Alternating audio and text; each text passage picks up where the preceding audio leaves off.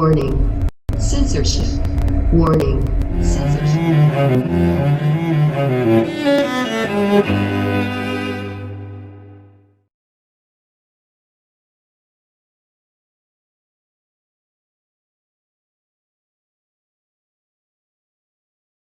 Dog bite. There are actually two types of police dog, detector dogs and patrol dogs. Detector dogs are trained solely to detect specific target odors for narcotics, firearms, or explosives. There is no dual role, although narcotics dogs are sometimes also trained to detect cash. They do not perform any of the patrol dog functions. Patrol dogs are trained in tracking, searching, for suspects or property, and apprehension. Patrol dogs may also be trained in search and rescue, victim recovery, cadaver, and narcotic detection. Police dog and dog bite will herein refer exclusively to patrol dogs in their role of suspect apprehension. When a suspect cannot be apprehended by any other means, a police dog may be used only in accordance with law and police policy and procedure. Typical deployments are for apprehending a suspect armed with a weapon or actively resisting, or a suspect who is escaping/departing on foot from the scene of a crime. Because police dogs are trained to bite, there is a risk of causing serious bodily harm.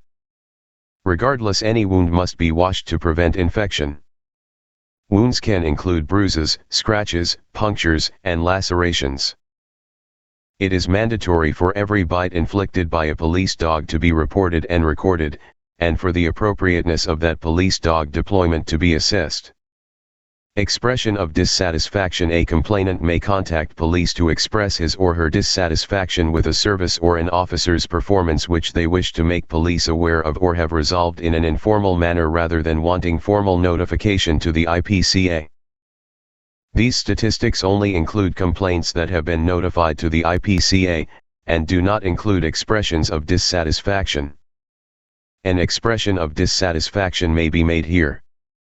Firearms only. Employees who are constables, as defined by Section 4 of the Policing Act 2008, and employees specifically authorized to do so by the Commissioner, e.g. firearms instructors, are permitted to possess or carry police-issued firearms. There are strict policies and procedures around the issue and use of firearms. It is mandatory for every discharge, firing, of a police firearm, whether intentional or unintentional, to be reported and recorded, and for the circumstances of the discharge to be assessed. Whenever someone is killed or injured by the discharge of a police firearm, exactly the same crime scene investigation procedures are used as for a death or injury from the discharge of a non-police firearm. IA-PRO, Internal Affairs Professional, is an international professional standards software package used by over 600 public safety agencies worldwide, including NYPD, Toronto Police Service, Western and South Australia Police Services. Incident is a generic term used in the Police Professional Conduct Database, IA-PRO, to refer to a record in the database. Incidents can be of several types: complaints, employment investigations, reviews of police policy, practice, and procedure, notifications to the IPCA made under Section 13 of the Independent Police Conduct Authority Act, the Memorandum of Understanding between police and the IPCA. After being notified of a complaint or significant incident, the matter is categorized by the IPCA and rated according to the significance of the incident or the seriousness of the allegation. The categorization of a complaint is a matter solely for the IPCA, however they may consult with police on the appropriateness of a conclusion. The ending on the nature complaint or notification, conduct its own investigation independently of police, actively oversee a police investigation, review the police investigation at its conclusion, facilitate a resolution by explanation or mutual agreement with the complainant, or decline further action and refer it back to police. The majority of complaints are referred to police to conduct an investigation of some degree, although minor complaints referred back to the police may just be brought to the employee's attention.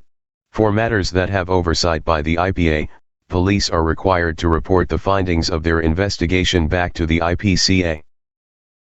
Upon police receiving a complaint, the matter is assigned to a police employee with the appropriate skills and independence to investigate what has occurred and report on their findings to both the complainant and the IPCA.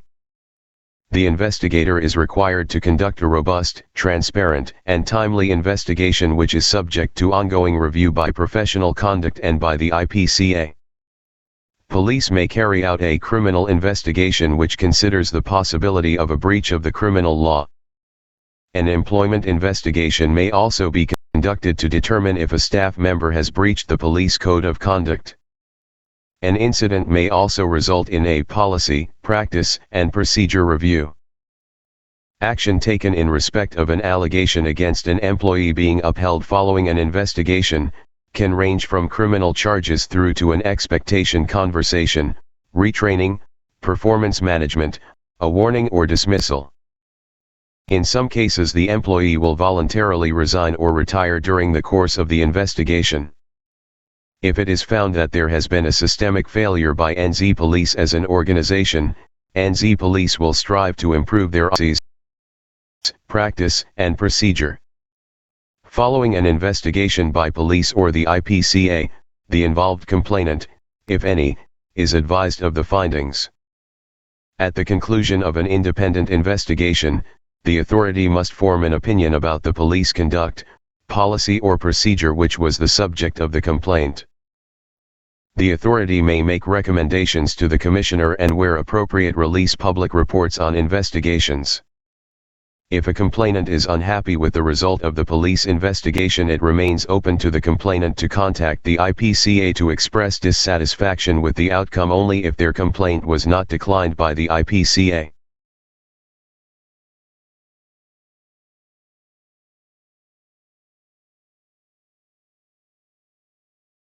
I look forward to catching up with you next time. All the best.